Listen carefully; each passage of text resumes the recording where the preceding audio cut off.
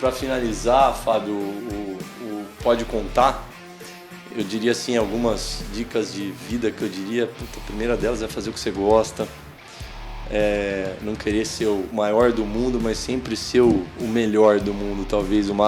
Talvez você consiga ser o melhor, mas tenta, né? Sim. Pelo menos tenta ser o melhor que você possa ser. Foca em negócio, não adianta querer abraçar o mundo. Sim. E eu acho que até depois da pandemia muita gente viu isso, né? Boa. Que assim, a gente precisa ter um equilíbrio, né? Equilíbrio é a chave, acho que é a palavra-chave da vida para tudo, né? Sim. A minha avó falava muito isso, né? Falava assim, você tem que ter equilíbrio na vida. Então é um pouquinho de cada coisa.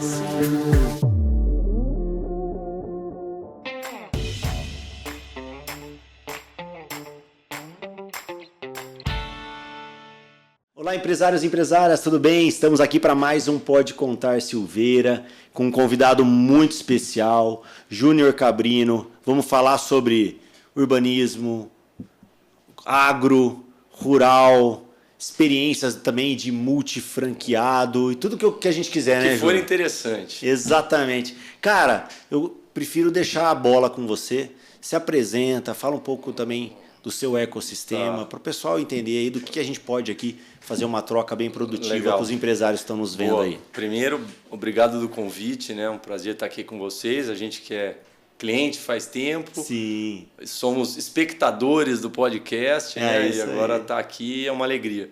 Legal. Então, contando um pouco da nossa história, a gente começou no ramo de autopeças, com a Cabrino. Por longos anos, tanto no varejo quanto no atacado. Sim. Depois, posteriormente, fomos para o ramo de alimentação, com a rede Montana Grill. Chegamos até 120 unidades. Cara, que experiência, hein? Grande. E, posteriormente, entramos mais para a área imobiliária. A gente sempre atuou, mas a gente entrou com os dois pés, mais focados na área de loteamento e planejamento urbano, né? Legal. E sempre atuamos também com agro paralelo. Então, esse é um pouco do resumo do todo. Do ecossistema. Isso, aí, né? exato. E ele começou com autopeças? Começou com autopeças. Quantos anos foram isso? São mais ou menos... São gerações também, né, Júnior? Eu acho que é uma coisa que... Meu pai era dentista. Olha. E aí teve uma oferta de uma loja de autopeças lá na Campos Sales. E ele acabou comprando. Fez meio uma loucura na época, que é abandonar a profissão, tudo aquilo que fazia na Vila Industrial, que ele era dentista, para entrar no ramo de ser comerciante no centro. Sim. Aí ele ficou com a loja um tempinho, vendeu, aí a pessoa que comprou não deu conta, devolveu, ele acabou saindo realmente de vez da odontologia, assumindo a loja. Essa loja cresceu, né, virou lá um dos maiores atacados de autopeças do Brasil, né? Que foi a Cabrino na época. Legal, cara. E era mais regional aqui? Não, vendia para o Brasil inteiro. Na época eram viajantes, né? Sim. Então ele atendia aquele monte de viajante, ele junto com meu tio na época. Sim. Com dois irmãos, que até o nome da empresa que eles tinham na época era Irmãos Cabrino. Sim. E aí, assim, a empresa cresceu muito. Era uma época de juros altos, marcação de preço, aquela loucura que tinha. Inflação, né, bombando. Mas eles conseguiram passar por toda essa fase e chegou a um tamanho bem considerável, né? Sim. Bem conhecido aqui regionalmente, principalmente. Sim, em Campinas, para quem não é da região aí, é uma família referência, né, em empreendedorismo, em negócios aqui como um todo. A gente usa o nome até hoje. Por exemplo, vamos lançar um empreendimento, a gente coloca o histórico que tem a Cabrino, põe o logo, porque dá uma credibilidade legal, né? Com certeza. E aí, assim, é até interessante esse ponto do momento histórico, assim, que vocês começaram a perceber ou tiveram a vontade, né, se você já acompanhou de perto isso, essa vontade de diversificar, né? Hoje tem o agro, né, tem a questão do urbanismo, na questão de empreendimento. Eu acho que hoje nós somos menos diversificados. Sim. Lá atrás era bem pior. Era? Lá atrás a gente fala... Pior ou melhor? Eu acho que pior. Perdi um pouco o foco? Muita coisa. Você está atendendo um telefonema de falar de picanha, o outro está ligando de esterco, o outro está falando de usina, o outro está falando de... Era uma coisa... Eucalipto, gado, não sei o que lá. Sim. a gente veio, ao longo dos anos, diminuindo o número de ramos de negócio. Hoje, basicamente, é 90% no real estate, que a gente, né, imobiliário, Sim. em algumas frentes, e vai 10% no agro, que a gente tem uma cultura hoje que é eucalipto, que é mais fácil de gestão, mais tranquila de operar do que uma cultura anual, alguma coisa assim. Né? Eucalipto é 7, 10, 15 anos, então legal, é bem mais legal. fácil. E parabéns pela entrevista que você acabou de dar recente aí, não só... Acho que a última foi a EPTV, falou de eucalipto aí, chamou a atenção até pelo histórico e pelo modelo que vocês estão utilizando. Teve né, outra bem bacana do canal Produz, que também foi bem focado para o agro, para o pessoal que está bem setorizado. Né? Ela é um pessoal de Goiás, legal. E atinge bastante Mato Grosso, Goiás, Bahia.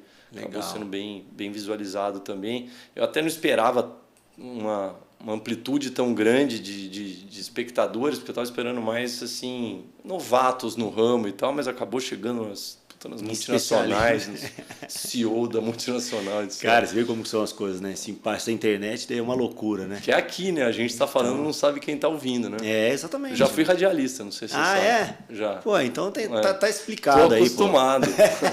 Tinha um programa que chamava Chumbo Grosso. Sério? Foram alguns anos, uns 2 anos e meio, todo dia. Cara, que legal.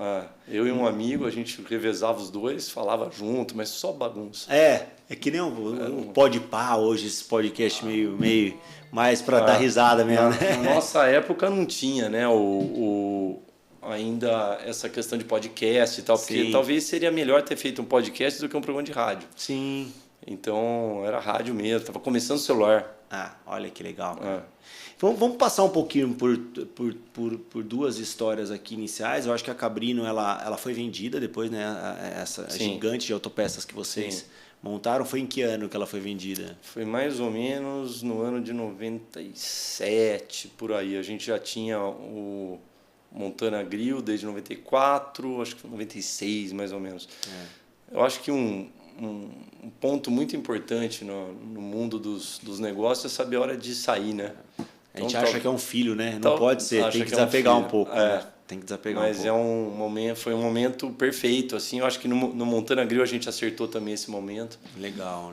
Que antes de pandemia, pensa na casa do Montana. O impacto que traria, né? E no caso do Autopeças foi um momento bom também. A gente acabou ficando com umas lojas de varejo, que depois acabou também não fazendo sentido. Sim. E acabamos virando a chavinha para outros ramos, aí, principalmente imobiliário e Montana Grill. Né?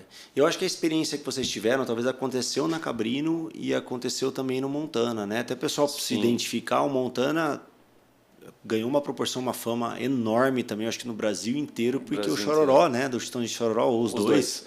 Os dois foram sócios, dois eram garoto propaganda do negócio, então ela ganhou uma proporção. Eles cantavam, a gente trabalhava. É isso aí, uma troca boa. Mas é legal, porque eles deram, obviamente, que tem a contribuição nossa como gestor do negócio e deles também como propaganda. Era interessante porque não tinha Prolabore nem para um lado nem para o outro. Sim. Era para fazer a imagem o negócio deles acontecer. contra a nossa gestão e sempre deu muito certo. Foram 25 anos de sociedade. Então, cara. E virou um nome conhecido, né? O que você falou, a gente, por exemplo, abriu uma loja em Cuiabá, com fast food no shopping, com 2 horas de espera de cliente em pé. Então. Sei lá, em uma Mato Grosso. E numa região que não era Goiás, sua, né? Porque não ia vender o histórico da família. Porque era Chitão de Choró e tal. Então já era conhecido muito em Campinas, em São Paulo. Em uma pesquisa que foi muito interessante, que foi um dos momentos que a gente expandiu assim, a rede de churrascaria, a gente só tinha Campinas. E fizeram uma pesquisa em São Paulo, qual era a churrascaria que mais você gostaria de conhecer. E nós ganhamos o Montana Grill em primeiro lugar, na cidade de São Paulo, sendo que a gente só tinha em Campinas. Cara, mas era um nível mesmo de fogo de chão, sabe? Que o pessoal vai nessas, assim, até que vai para fora do país, ou tem, assim, é esse nível mesmo, né? Tem outra história legal do Montana Grill, já entrando nesse ponto. Existia uma churrascaria em São Paulo que chamava Juscelino Grill, na Juscelino Kubitschek. Sim. Ela fazia 6.000 rodízios por mês. Então, a R$23 na época. Sim. Aí a gente acabou fazendo um negócio, juntamos lá com o pessoal de São Paulo, que era da Rede Novilho de Prata, Sim.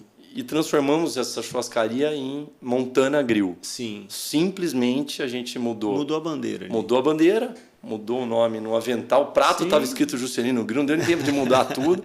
Não mudou nada no cardápio, não mudou nada nas pessoas que trabalhavam, não mudou absolutamente, só marca.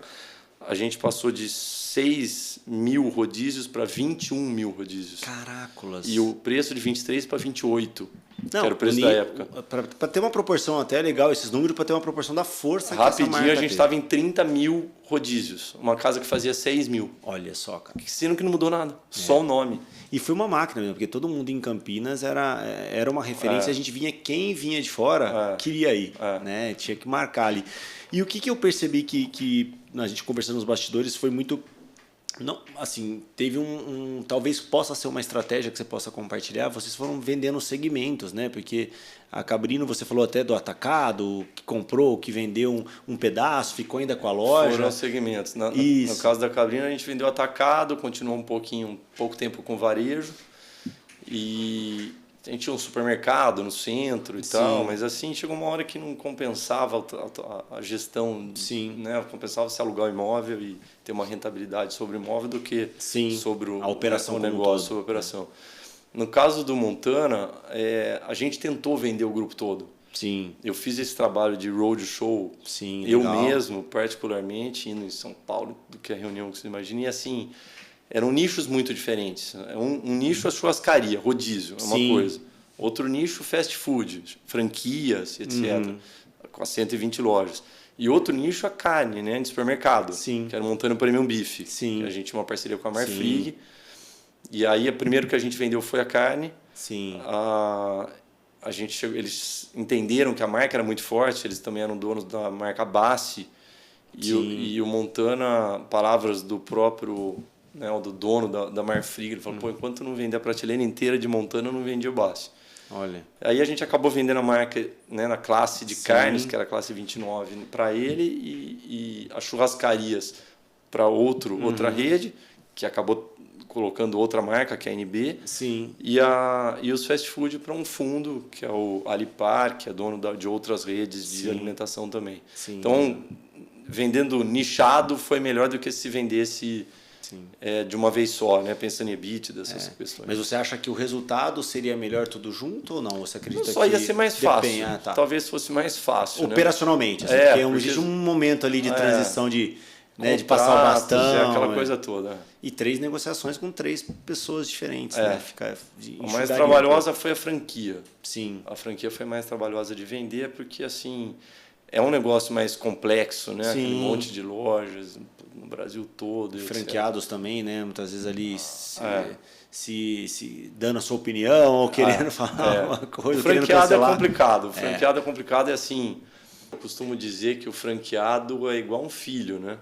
Então, assim, você tem que ouvi-lo, você tem que instruí-lo, você tem que puxar a orelha dele, você tem que estar presente...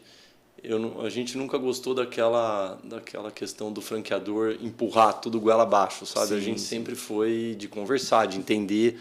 Às vezes ele tem razão, às vezes não. E às vezes você tem que ir pela maioria, né? Sim. No urbanismo, os loteamentos são assim, é muito assim, porque a gente tem sempre um parceiro terrenista. E a gente tem que estar presente com ele. Você tem que estar sempre conversando, pensando, trocando ideia. Muitas vezes ele tem ideias boas, né? Isso a gente tem essa troca que é muito favorável.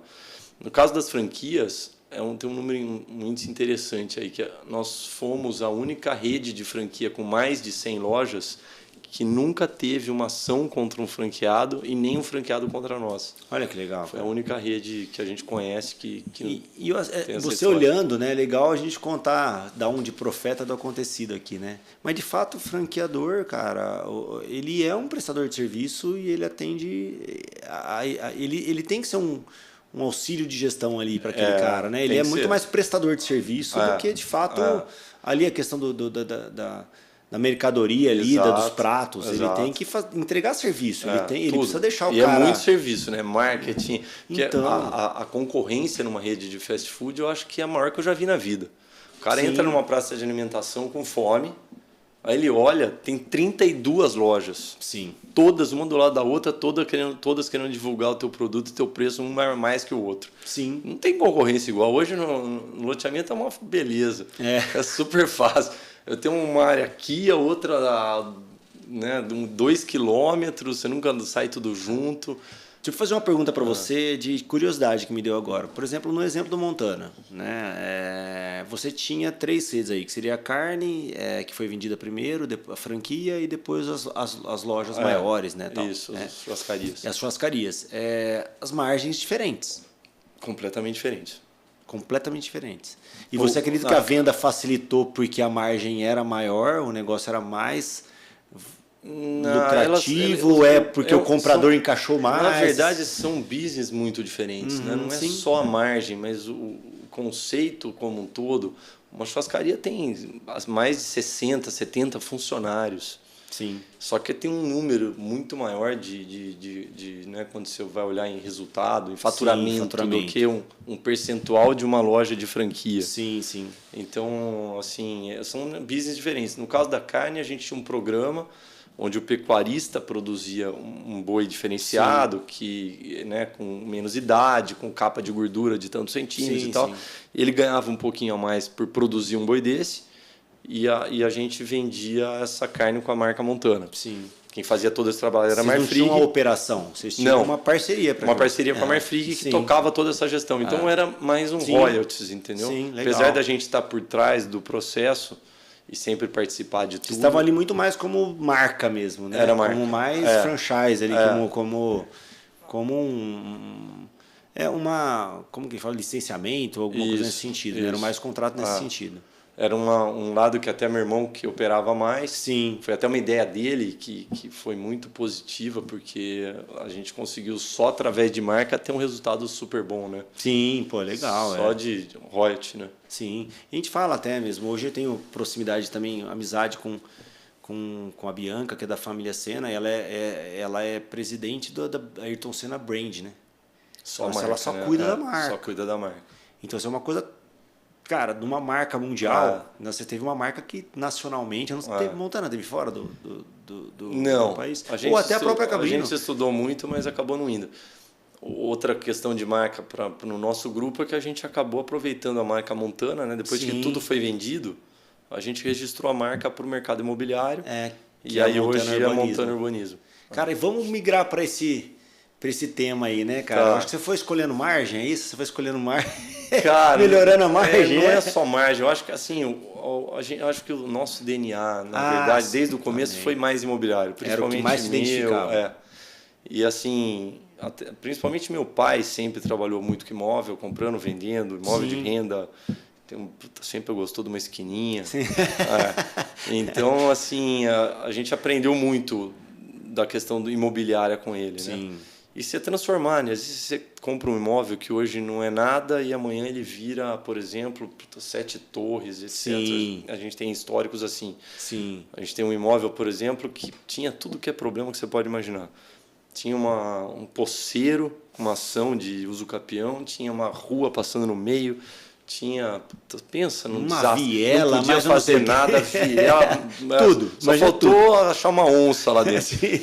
E hoje é um projeto com 7 torres que está indo super bem, muito bem localizado, atrás da Hípica de Campinas, que é o Hípica Boulevard. É um conceito assim mega de projeto, espetacular. Que top, as torres todas têm vista assim imperdível, porque nunca vai ter torres do lado. E com resort praticamente embaixo, uma localização ímpar. Só que para chegar no que está hoje é trabalhoso, né? Então tem que botar a suor aí na conta. Seu pai, eu acho que foi ganhando uma bagagem também dessas escolhas, né, cara? Porque ele tinha muito envolvimento por causa da Cabrino também. Por causa de ponto de loja e foi ganhando bagagem.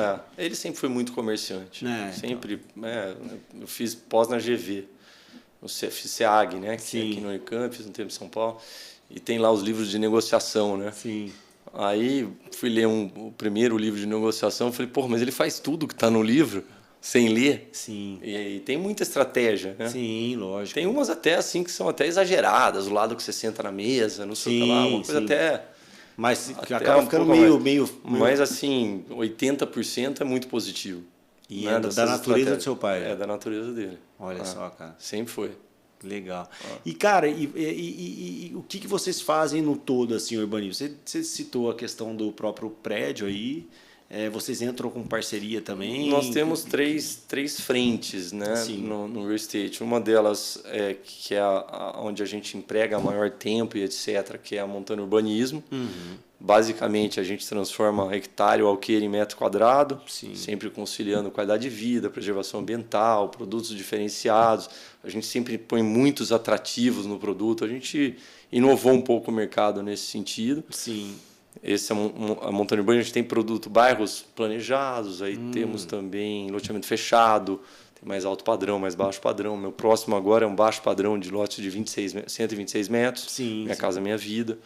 Mas sempre a gente inova, sempre a gente coloca mais coisa, um produto com mais atributos, etc. E o outro braço é uma holding patrimonial, que aí a gente trabalha, por exemplo, esses imóveis onde a gente é terrenista. Como a gente não faz incorporação, prédio, a gente entra para o terreno e alguém vai lá, uma incorporadora. No caso do Ípica Boulevard é a Santo André. E aí a gente tem uma parceria. Legal. E o terceiro braço é a Sold, uma empresa que faz principalmente intermediação. Então, a gente é mais focado em grandes áreas, mas áreas para loteamento, áreas para prédio, áreas comerciais, BTS, né, que é Build-to-Suit, ou negócios, fazendas. A gente só está mais focado no nicho de grandes negócios. Aí tem a Sold de fazenda e as fazendas e a Sold de negócios. E então tem ainda um braço de fazenda, né? Mas aí fica mais pro lado do eucalipto? Não, é em geral. A gente está focado no Brasil todo. Nós vendemos uma fazenda ontem, inclusive, na Bahia, que é de gado. Aí a gente tem uma gestão própria, né? Que não sou eu que estou na frente desse negócio. Mas a gente tem uma gestão própria, tem um braço cuidando só disso, né? E aí a gente tem parceria com muitos corretores. Esse histórico da gente ter passado em Goiás, no Mato Grosso, etc., a gente acabou fazendo muitas amizades. Então, acaba chegando muita coisa de fazenda, muita gente pergunta, né? Puta, o que você acha dessa, daquela? E a gente acaba usando esse braço, né, imobiliário de fazendas. E esses mais empreendimentos, né? Vamos pensar assim, que você entrou como terrenista, talvez dá para você ampliar mais o mercado, mas quando você entra mesmo com o empreendimento, você acaba se colocando aqui mais na região de Campinas, ou você está também, onde tiver a terra, você... Como terrenista, nossos imóveis são mais aqui na RMC. E também no Montana Urbanismo a gente começou longe pra caramba. O primeiro empreendimento foi Caruaru. E a gente era sócio da Scopel na época, que era uma empresa que tinha um nome super bom, que era dono dela era o Carlyle, que era um dos maiores fundos do mundo. A gente achou ótimo. Eu tinha 3% do empreendimento. Foi o primeiro loteamento que a gente fez. Aí foi quebrando todo mundo que era sócio, a Carlyle parou de pôr dinheiro, deu todos os BOs que você imagina, e eu acabei ficando com 100% do empreendimento e tendo que resolver tudo. Foi um período muito difícil, mas foi uma escola, né? Ali a gente aprendeu tudo que não podia fazer, como é que tinha que ser. E assim, talvez por essa lição que a gente teve, nós optamos agora por crescer mais na região de Campinas mesmo, a RMC. Eu inclusive, sou o delegado da ELO na RMC, que é a Associação das Empresas de Loteamento. Então a gente está bem focado nas cidades aqui do entorno. A gente tem um metro quadrado melhor, a gente consegue estar presente mais no dia a dia. Mão na rédea, né? Barriga no balcão. E eu também gravei, eu acho que é interessante, até um episódio que eu sugiro aí, e tem uma conexão com você, com o Gustavo Favaron. Ele é cliente nosso aqui também, da GRI Group. Sei, legal. E ele faz assim, encontro de empreendedores. Acabei de ir no encontro com deles lá no Royal Palm Plaza. Ele me convidou para jogar lá no Allianz Parque esses dias aí com os pessoal de incorporadora, de infraestrutura também. É bem bacana. E, cara, ele estava falando do valor e da valorização do metro quadrado em Campinas, cara. Ele estava falando até uma questão dessas operações de Airbnb e tal, assim, umas outras ideias. Ele falou assim, como a tendência e em alguns lugares aqui até o metro quadrado está melhor que São Paulo, né, em custo-retorno, né? Então, assim, eu acho que... Aqui a gente ainda tem muito imóvel com essa expectativa de crescimento. Então, às vezes, em São Paulo já está maturado. Às vezes, já está quase no teto em algum lugar, né? Aqui não, aqui tem lugares que ainda é uma oportunidade, né? Sim. E eu conheci uma família de incorporadores da Nampur, até que é todo o litoral lá de Porto Seguro ali, Trancoso, tal. O cara tem Bacana. muitas fazendas ali, e Legal. eles têm empreendimentos de alto padrão. E aí, conversando com o Vitinho lá, que é o filho do fundador, ele falou, cara, meu pai sempre desbravou, assim. Então, ele estava com outro empreendimento de 1.000 lotes mais popular no Acre. Entendi. Sabe? Ele falou assim, que a ideia dele... O que você acha dessa ideia? Que, na verdade, é o trabalho que dá, né? E se você está numa região, as talvez... experiências que eu vi na vida de loteamento, né, de loteamento com crescimento assim, Brasil, não vi dar muito certo. O cara, vou acertar a mão, mas talvez tenha a tendência mais fácil de errar. Começa a querer crescer demais e assim, então, acho que todos os business aí a gente precisa ter gestão, precisa estar próximo, é difícil você deixar. E assim, você quer fazer o Brasil inteiro, você precisa ter muita gente custa caro, você tem uma mão de obra muito especializada. Aumenta, né, também. E aí aumenta. A hora que você erra você já dá uma balançada, né? Exatamente. Então, Vamos falar um pouquinho disso então, cara. A gente vê uma história tão vitoriosa aí, né, de uma família que já está, né, na segunda, na terceira geração aí. Mas vamos contar aí algumas tomadas de decisões que não deveriam ter sido feitas. Percalços. Percalços aí, até talvez, ou até na gestão das empresas anteriores, ou até que ficaram historicamente aí marcadas, ou até mesmo em empreendimentos, né, na parte urbanismo. Conta pra gente aí, vamos compartilhar isso. Cara, um dos percalços que a gente passou, por exemplo, foi... A gente estava lá lá em Campo Grande, Campo Verde, Sim. que é lá perto de Cuiabá. Sim. A gente tinha as fazendas de eucalipto, também com a usina de biodiesel. Sim. Que também já era outro... Né? Outro mercado. Teve uma época que estava difícil. Talvez um dos percalços era isso, né? Ter muitos ramos de atividade. Uma época a gente estava com eucalipto, gado, churrascaria, fast food, carne, imobiliária, as áreas para cuidar, uma fábrica de massas e molhos em São Paulo, gigante. E aí tudo isso, as franquias de fast food, 10 ramos diferentes, é difícil de gerir tudo isso. E então assim, deu super certo, legal, conseguimos resolver tudo, mas assim, é difícil, né? Então, talvez foi um erro estratégico ter aberto tantas frentes. Sim. Por exemplo, essa fábrica de massas e molhos talvez não precisava ter entrado. Sim. Apesar de que foi um bom negócio, atrapalhou a gestão dos que eram melhores, né? O melhor negócio ali talvez tirou uma margem que você podia ter melhorado daqui. Outra que a gente fez nessa linha foi um viveiro de mudas de eucalipto. O viveiro é uma coisa muito artesanal, né? Sim. Você tem que ter lá a pessoinha pondo cada mudinha, tem tanto que você tem que regar e tal. É um negócio bom, até de rentabilidade, mas assim, a mão de obra que exige ter um dono lá. Sim. E a gente em Campinas com o viveiro lá em Campo Verde... Lá é um sol por pessoa lá ainda também, né? É um sol por pessoa. Ainda mais Cuiabá, que é uma panela de pressão, né? Então foi um erro. Aí no agro a gente acabou fazendo algumas coisas também que talvez não precisasse, porque a gente tem umas propriedades aqui no sul de Minas que são menores. Sim. E aí você tenta fazer alguma coisa para dar rentabilidade. É muito difícil dar rentabilidade numa propriedade pequena. Sim. Hoje a gente está bem contente com o eucalipto, porque ele, na hora que você vende, dá um volume que é bem interessante. Mas tivemos lá 1.500 matrizes de carneiro. Aí você tem lá, por exemplo, faz um trabalho todo no santenês, na raça do carneiro e tal. E quando você vai vender, você tem que vender mais caro que o carneiro uruguaio, que é muito melhor. Sim. Era um problemaço, né? Sim. Hoje o pessoal está melhorando muito a raça aqui no Brasil e tal. Então você está de igual para igual com o Uruguai, que é para ser mais barato, porque a gente está mais perto, não tem o frete. Né? Mas na época não era. Então eu não conseguia vender nem para minha churrascaria. Sim. Era complexo. Sim. Uma época, tem uma boa, uma época eu queria, né, eu falei, porra, gente, vamos criar paca.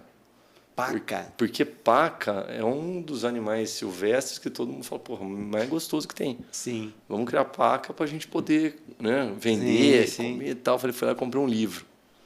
Como criar paca. Primeira página do livro. A paca é um animal muito difícil de reprodução e tal. Cria um por ano. Nossa, velho. Fechei o livro e nunca mais abri. Graças a Deus. Cara, mas serve uma lição aí. Eu percebo muito, compilar um pouco essa ideia, mas eu percebo muito, eu acho que na leitura do que você vem me contando, né, que a gente vem conversando, e também vejo em muitos outros empresários que mudam o patamar mesmo, né, cara? Porque você vem crescendo, são fases, né? E você vai experimentando de tudo, né? Assim, quando você tem um nome relevante, as oportunidades também, cara, começam a bombar. Então, assim, há uma força ali muito difícil de você controlar, porque todo dia apareceu a melhor oportunidade da sua vida, né? Exato. E assim, ela pode passar, vai aparecer outra, tal, mas a gente tem essa fome, né? Até mesmo com uma família empreendedora, você contando a história do seu pai, pô. Sim. Né? O meu irmão sempre foi muito empreendedor também. Puta, ele não parava um segundo, queria ver tudo que tinha. Inquieto, né? Inquieto, no máximo, grau máximo. Sim. Aí uma vez que a gente já estava com muitos negócios, diminuindo o número de negócios, eu falei para ele, porra, sabe o que a gente podia fazer? Tem um posto ali perto da fazenda e tal, vamos montar um bailão? Aí ele olhou e falou, puta, bailão, pode ser bom, né? Tal, será que vai dar bastante gente? Eu falei, bailão, puta, você tá louco! Demos risada. Tá ficando louco, você é à noite. E acabou virando um chavão, né? Quando chegava alguém oferecer um negócio desse, puta, precisa montar não sei o que lá, uma praia, não sei o que. Eu falava, pode ser, junto com o bailão. Eu falava pra ele e a gente ria, né? Então, aí vocês criaram um músculo, né, cara? Uma musculatura. Não, eu falo assim, a gente amanhã vai entrar, porque empreendedor é empreendedor, né, cara? Aquele é serial killer, né? Assim, de CNPJ, né? E os contadores agradecem, tá? Pode continuar. Sempre, manda pau. Manda pau. Abre cara. mais um. Eu acredito nesse negócio, né? Porque a gente também tem essa... Mas você começa a ganhar uma musculatura, né? Hoje você tem algum critério, assim, que se de repente você consegue... Para um negócio novo, jargão, por exemplo? Nesse jargão que você tem com o seu irmão aí, vocês estarem meio assim, que em família assim, hoje... falou, cara, ó, vamos olhar isso, aquilo e aquilo outro, sem... Hoje é exatamente isso. Hoje a gente olha só para o real estate. Mesmo quando você fala de fazenda, acaba sendo real estate, né? Porque você está comprando a fazenda e a valorização da terra, às vezes, é melhor que o negócio. Sim. Então, hoje a gente só olha o real estate, então a gente focou até para ser bom no que faz, né? Sim. Quando você quer fazer tudo, é mais difícil. Vocês se identificaram mais nisso, né? A gente estava até falando anteriormente, cara, não... Foi a natureza também ali que foi fazendo vocês escolherem e é o que dá mais gás, assim, o que dá mais... E aí no setor especificamente de urbanismo, acho que a gente foi muito feliz com os projetos. A partir do primeiro projeto que foi só nosso, que foi Paulínia, o La Dolce Vita em Paulínia, a gente é um projeto espetacular, inteirinho fechado, energia subterrânea, de alto padrão, a gente vendeu em 23 horas. Olha... Nós levamos, na época, o Edson e o Hudson para cantar para as pessoas que estavam na fila. Olha só, cara. A gente tinha os contatos sertanejos, então você faz. No Bela Aliança, nós levamos o Rick Renner para cantar na entrega da primeira fase, da obra da primeira fase. Olha que legal, cara. Para os compradores de lote, sabe? O Chitão de Choró nunca foi, não? Eles foram garotos propaganda em 2 projetos nossos que foi em Botucatu e em Caruaru. Legal. Mas eles não eram sócios, né? Mais garotos propaganda. Hoje a gente na Montana a gente entende assim que você pode até usar um artista para divulgar, mas não é isso que faz a diferença, a decisão de compra do cliente. A decisão de compra é a localização, ainda mais para urbanismo, ainda mais para uma casa, né, cara? Para um imóvel. Lógico, né? onde ele vai morar.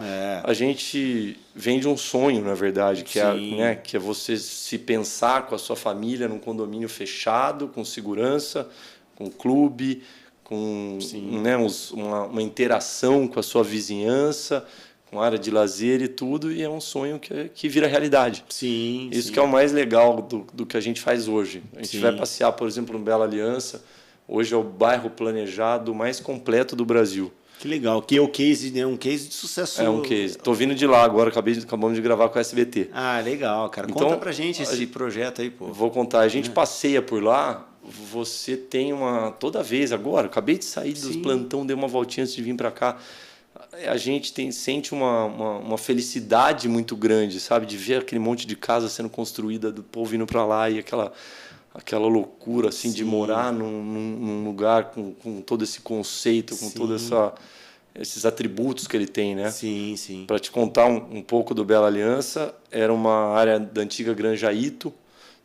Aí era um projeto que, quando eu olhei ele pela primeira vez, ele era um projeto inteirinho de torres. Sim. Era fazer a ilha de Manhattan lá no Campo Grande. Sim. Nós falamos, isso vai demorar 30 anos, né?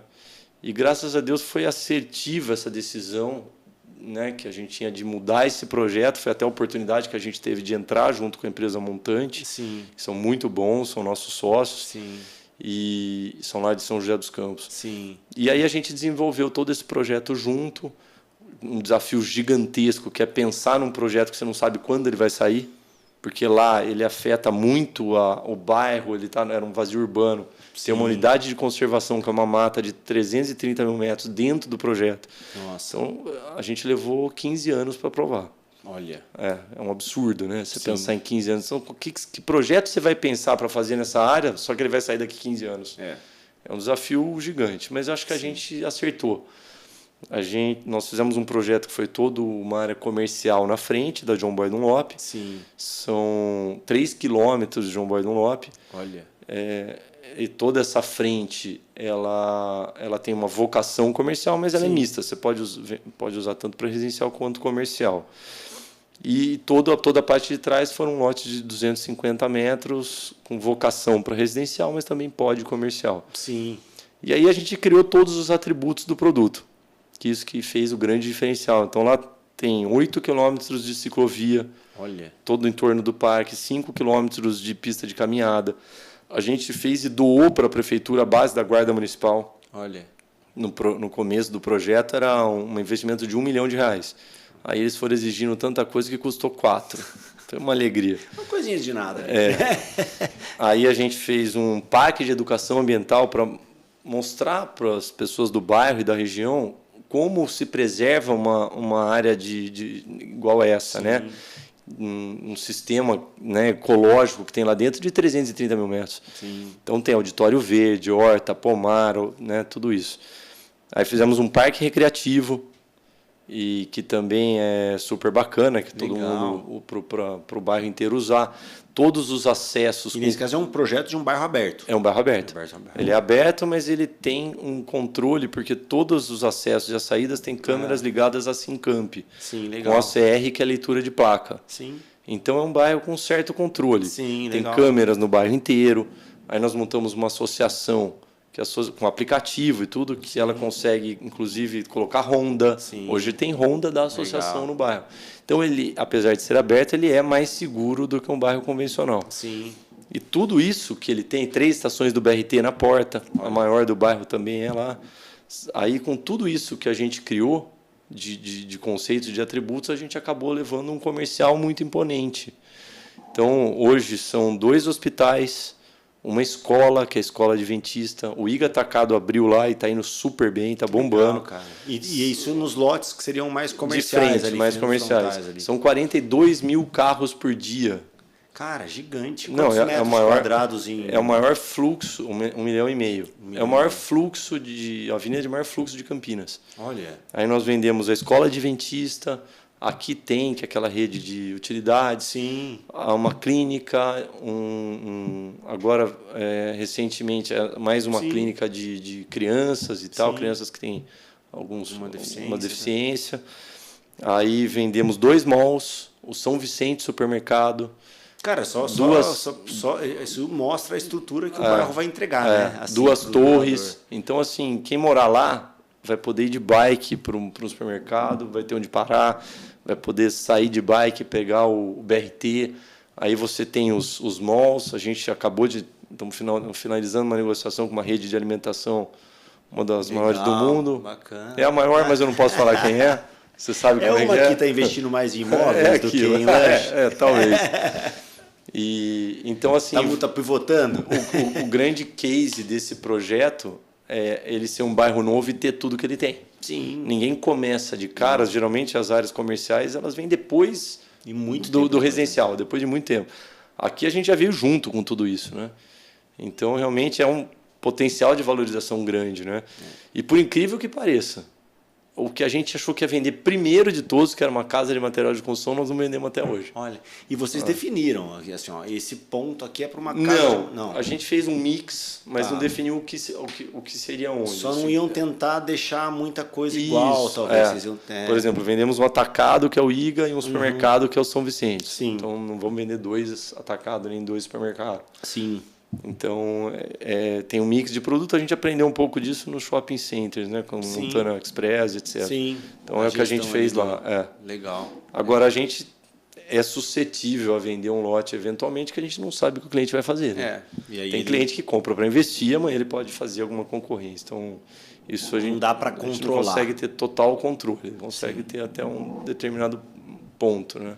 E você acredita que hoje, assim, a concorrência, vocês têm um nome muito forte aqui em Campinas e região, acho que isso é muito acertado também, né? Porque esse nome talvez não teria a mesma força em uma região sempre ajuda. tão né, longe daqui. E a concorrência vem também, tem outros loteadores aqui, né, com nomes também fortes. Você acha que elas hoje tem espaço para brigar ou se atrapalham ou se ajudam? Porque tem concorrência a concorrência, é o que eu estava falando no começo, a concorrência no ramo de loteamento é muito baixa. Não tem. Você não tem 2 loteamentos, um de frente para o outro, com o mesmo tamanho de lote, saindo na mesma hora. É muito difícil. São produtos muito diferentes, muito específicos. Então, cada um está no momento. Foi até fácil juntar todo mundo, né, os loteadores na Elo, que é a nossa associação, porque... Não se vêem como um concorrente. Não se vêem como concorrente. Se vêem como um parceiro que... podemos brigar junto e conseguir alguma coisa melhor para todo mundo. Desse lado da avenida e você faz do outro lado da avenida e a gente faz um padrão talvez um pouco diferente. Voltando um pouco para a história do Montana, né? Que estava te falando que a maior concorrência que eu já vi na vida é fast food. Sim. A gente queria se diferenciar tanto dos outros que a gente inventou uma campanha e sorteamos um avião. Olha que loucura. Tinha uma verba baixa, tinha, vamos supor, R$200 mil para fazer o Brasil inteiro. Sim. O que a gente vai fazer com isso? Dá para fazer uma rádio no Brasil inteiro só. Sim. 0. Aí a gente chamou a Ambev, que era um parceiro grande que a gente tinha na época, falou, Ambev, precisamos de um valor X, nós vamos fazer uma campanha que vamos sortear um avião e mais 40 mil brindes. Então, o cliente vai numa loja qualquer, montando churrascaria, fast food, ganha uma raspadinha. Sim. Ele raspa essa raspadinha, ele pode ganhar o brinde na hora. Sim. Aí tem um anexo debaixo da raspadinha onde ele marca o nome, e-mail, endereço, põe numa urna e ele vai concorrer no final a um avião. Era um avião de uma fábrica aqui da região, avião experimental, mas voava, tudo certo. E aí a gente sorteou esse avião em rede nacional no Milton Neves. Olha. Aí o Milton Neves foi lá, pilhas de papelzinho número, rodando. E tinha que escrever, né? Qual a melhor rede de alimentação do Brasil? Tinha que escrever Montana. 2 que ganharam não escreveram. Montana escreveu nada, estava em branco. Putz. E era regra. Sim. Essas regras são super sérias. 2 não ganharam. O terceiro foi um professor do Sul que foi na churrascaria convidado, foi uma vez na churrascaria e ganhou. Olha só, cara. Deu um ibope gigante, porque assim, 2 pontos. O Zé Simão, por exemplo, pôs na coluna. Montana Grill tá sorteando um avião, eu moro na Paulista, onde eu vou parar? Tal, aquelas piadas dele. Sim, sim. Aí caiu aquele avião também em São Paulo, perto de Congonhas, na semana da gente soltar a campanha. Sério?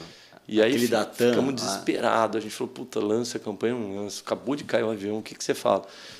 Lógico que não foi bom ter caído o avião, mas o assunto era avião. Então, entrava na roda o avião que caiu, né? Falava, é o avião que está sorteando lá no Montana. No fim, deu um ibope gigantesco. Assim, fizemos barulho no Brasil inteiro com muito pouco dinheiro. Cara, e assim, tem uma particularidade do urbanismo também, é uma demora dos projetos, né? Assim, cara, você patrocina muito, né? Você coloca muito dinheiro na frente. As 2 dores do loteamento são essas. No primeiro tempo de aprovação, que geralmente é muito grande. A gente tem históricos de 2 anos e meio, mas tem históricos de 15. Então, cara... Hoje a gente está fazendo um trabalho muito grande, principalmente em Campinas, com a prefeitura, para conseguir diminuir esse tempo. Tem melhorado bastante. Que legal. Mas ainda A gente ainda sabe que trabalhoso. aqui, assim, a gente acompanha burocracias, né? Como um todo, como escritório de contabilidade. Cara, a gente sabe que aqui é difícil, cara. E a O pessoal outra- migrou muito para Paulínia, migrou muito para isso outras aí. cidades do lado. E aí, a outra dor é o fluxo de caixa, né? Porque a gente não tem um financiamento como um plano empresário, que para você fazer uma incorporação, nós temos que ir na cara e na coragem. Então, você sempre tem um fluxo de caixa negativo, aquela exposição que você tem que se virar. Sim. São as duas maiores dificuldades. E ao mesmo tempo, é um entrave positivo para muita gente também não querer fazer e a gente ter pouca concorrência. Então, tem até um lado bom. Dá uma filtrada. Dá uma filtrada boa. Dá uma alinhada ali, né? E é uma vantagem também da questão de loteamento e incorporação, né? O urbanismo ele tem muita parceria, né, cara? Porque aí você divide um pouco essa responsabilidade de caixa, né? Por exemplo, a nossa empresa não faz esse tipo de parceria de dar lote, trocar em obra, essas coisas, porque isso acaba virando um problema no futuro. É mais que o cara da terrenista, obra né? quer queimar o lote para ele entrar dinheiro, que ele precisa entendi. pagar a obra, acaba sendo um problema. Isso são loteadores menores que fazem, né? Sim. A parceria que a gente faz é com o dono do terreno. Sim. Então ele entra com o terreno, a gente entra com todo o resto, aprovação, marketing, obra. Tudo Pessoal, que precisa situar fazer. um pouco essa parceria, vamos pensar assim, em regras gerais, né? Cada uma tem um número, né? Sim. Mas em regras gerais é o cara entrar com o terreno. O cara entra com o terreno, a gente entra com todo o resto, mais ou menos o percentual é 60% para o empreendedor e 40% para o terrenista. Sim. E o que o terrenista faz fazendo a parceria é muito mais do que se ele fosse vender área bruta. Ele vai acompanhar ainda o projeto. com a vantagem de poder vender parcelado e ainda ter um ganho no tempo, né? Sim. Por exemplo, a gente tem os empreendimentos de Campinas, a gente vende em 180 parcelas, PCA mais 12. Vamos dar uma referência assim, de número. Tá? Imagina que eu tenho uma fazenda lá, um lote que cabe o empreendimento de vocês. Assim, estou falando historicamente, né? E, cara, talvez o preço de mercado dele ali seria... R$50 o metro. Quanto que ele conseguiu performar com a parceria? Imagina que assim... Não, números brutos, assim, pensa que ele tem lá 1 milhão de metros, aí ele vai aproveitar só metade, porque metade é área institucional, porque você tem que doar para a prefeitura, área verde, rua, tudo. Sim. Sobrou 50%, ele sobrou com 500 mil metros. Sim. Desses 500 mil metros, ele vai ter, a parceria dele, vamos supor, 40%. Sim. E então, nós sobramos de 1 milhão, ele vai ficar de 500, ele vai ficar com 220 mil 221 metros. Sim. Se for uma vendida a R$1.000, dá R$220, contra os 50 que você falou. Entendi. Então, quatro vezes. Quatro vezes. Mais a correção do dinheiro que vai vender a prazo. Se quiser, se não quiser securitizar e receber tudo à vista, ele também pode. Antecipa, né? Pra você ver que 4 vezes, né, cara? A diferença é assim, o cara escolheu isso pelo outro é mais pela parceria. E área de confiança. bruta, as negociações que a gente vê hoje acontecer é muito na Bacia das Almas, né? Ninguém consegue vender pelo preço que vale. Sim. Você tem que dar uma queimada para conseguir vender. Sim. É assim que funciona, né? O mercado. Se não for da área, se não for da área ainda, né, Júnior, cara, o cara aí fica mais sem. Ou ele pesa demais, tá totalmente fora do que deve acontecer muito, né? Tem muita área aí que fica lá abandonada sozinha. Que o cara dando despesa, né? Dando despesa grande. A prefeitura de Campinas tem cadastrado as áreas aleatoriamente, se o dono da área quer ou não, e joga um IPTU de 5 anos retroativo. Nossa. O nego recebe 5 milhões de reais do nada, com um cavalo em cima da área. Então, é bruto. Cara, bacana demais. Vamos ter que marcar um outro episódio aí, da gente marcar alguns pontos mais específicos para poder entregar ainda mais particularidades para a gente. Porque o empresário gosta de número, gosta de... Cara, mas são coisas que são tão... são vários segmentos, são várias experiências, né? Que aqui era um compilado mesmo para depois a gente ter outros episódios aí. Legal. Pra gente falar especificamente de muita coisa. Legal. E eu queria, cara, encerrar aí você contando pra gente aí o que você pode contar. O que eu posso contar? O que você pode contar agora, aí, cara, pra gente? Posso contar o que você fez comigo uma vez ou não?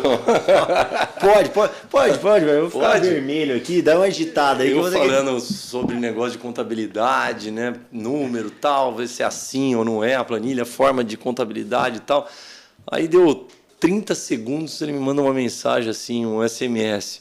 Ô bebê, amanhã não posso ir na graminha. Eu comecei a rir, falei, como é que é?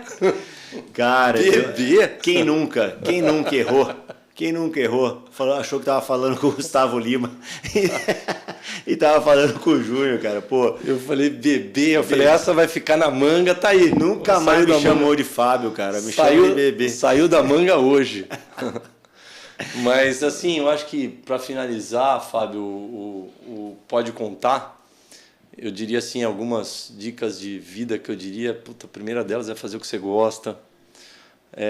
Não querer ser o maior do mundo, mas sempre ser o melhor do mundo, talvez. Talvez você consiga ser o melhor, mas tenta, né? Sim. Pelo menos tenta ser o melhor que você possa ser. Foca em negócio, não adianta querer abraçar o mundo. Sim. E eu acho que até depois da pandemia muita gente viu isso, né? Boa. Que assim, a gente precisa ter um equilíbrio, né? Equilíbrio é a chave, acho que é a palavra-chave da vida para tudo, né? Sim. A minha avó falava muito isso, né? Falava assim, você tem que ter equilíbrio na vida. Então, é um pouquinho de cada coisa. Sim. Aí eu falava, então tá bom, vou tomar um pouquinho de conhaque, um pouquinho de rum, um pouquinho de vodka, um pouquinho Resolvido. de Resolvido. Mas é isso, obrigado de novo pelo convite, parabéns pelo obrigado podcast. Você, que eu ensinei que é videocast, né? Então, cara, esse cara aqui é triatleta, é corredor, nadador, é bike, radialista. Descobri hoje que é radialista. Ele inventou o podcast, viu, gente? Isso aí. Era outro formato. Obrigado, viu, pela contribuição. Eu que agradeço. Que trouxe muita coisa boa pra gente. Tamo junto. Valeu. Valeu. Abraço e até a próxima, hein, cara. Um abraço a todos. Tamo junto. Valeu, galera. Valeu. Abraço.